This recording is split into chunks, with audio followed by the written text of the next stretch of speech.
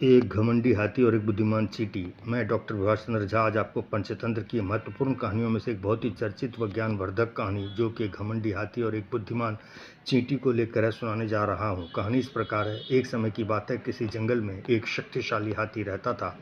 उस हाथी को अपने बल पर बहुत घमंड था। वह जंगल के सभी प्राणियों को डराता और धमकाता रहता था और जंगल के पेड़ पौधों को बिना वजह ही नष्ट किया करता था। एक दिन उस हाथी ने रोज की तरह जंगल के सभी प्राणियों को सताना शुरू किया कि तभी अचानक आकाश में बिजली चमकी और मूसलाधार बारिश होने लगी। तेज बारिश से बचने के लिए हाथी दौड़कर एक बड़ी गुफा में आकर बैठ गया। गुफा के भीतर पहले से एक चींटी थी। उसे देखते हाथी ठहाके मारकर हंसने लगा। हा हा हा, तुम कितनी छोटी हो। तुम्हें तो यदि मैं एक फूंक मार दूं तो चांद पर पहुंच जाओगी। मुझे देखो, मैं चाहूं तो पूरे पर्वत को हिला सकता हूं। तुम्हारा जीवन तो व्यर्थ है। छोटी सी चींटी ने हाथी का घमंड न करने की सलाह दी, पर हाथी अपनी ताकत के मद में चूर था।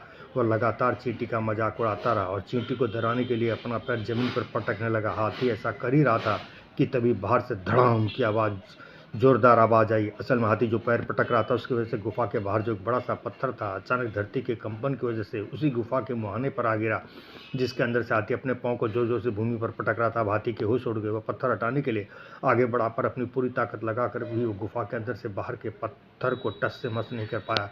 बारिश रुकते ही चींटी बोली, देखो, तुम तो मेरे छोटे होने का मजाक उड़ा रहे हो, पर इस समय मैं अपनी इसी छोटे आकार की वजह से इस गुफा से बाहर जिंदा निकल कर चली जाऊंगी, लेकिन तुम नहीं निकल पाओगे। और इतना कहकर चींटी गुफा के एक छोटे से छेद से बाहर निकल कर चली गई। थोड़ी देर बाद चींटी जंगल में जाकर दूसरे हाथियों को बुला कर ले आई और सबने मिलकर गुफा के मुख्य द्वार से उस बड़े से पत्थर को हटा दिया। गुफा के अंदर बंद हाथी बाहर निकल पाया।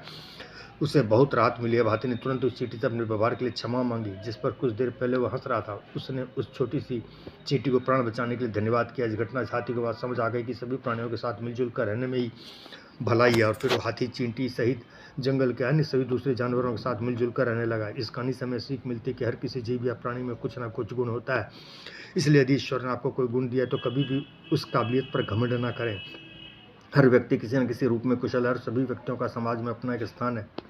कोई भी व्यक्ति अपने ओहदे या कर्मों से छोटा या बड़ा नहीं होता है। अंत में एक आदर्श सुझाव यह भी है कि मनुष्य को अपनी भाषा और वाणी पर नियंत्रण रखना चाहिए, क्योंकि भाषा के साथ मानव व्यक्तित्व का विशेष महत्व है। यह वह दृश्य दर्पण है जिसमें व्यक्ति का चरित्र और व्यवहार स्पष्ट दिखाई देता है।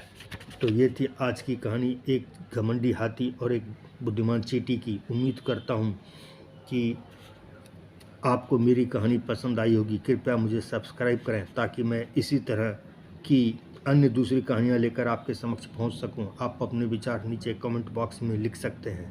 धन्यवाद।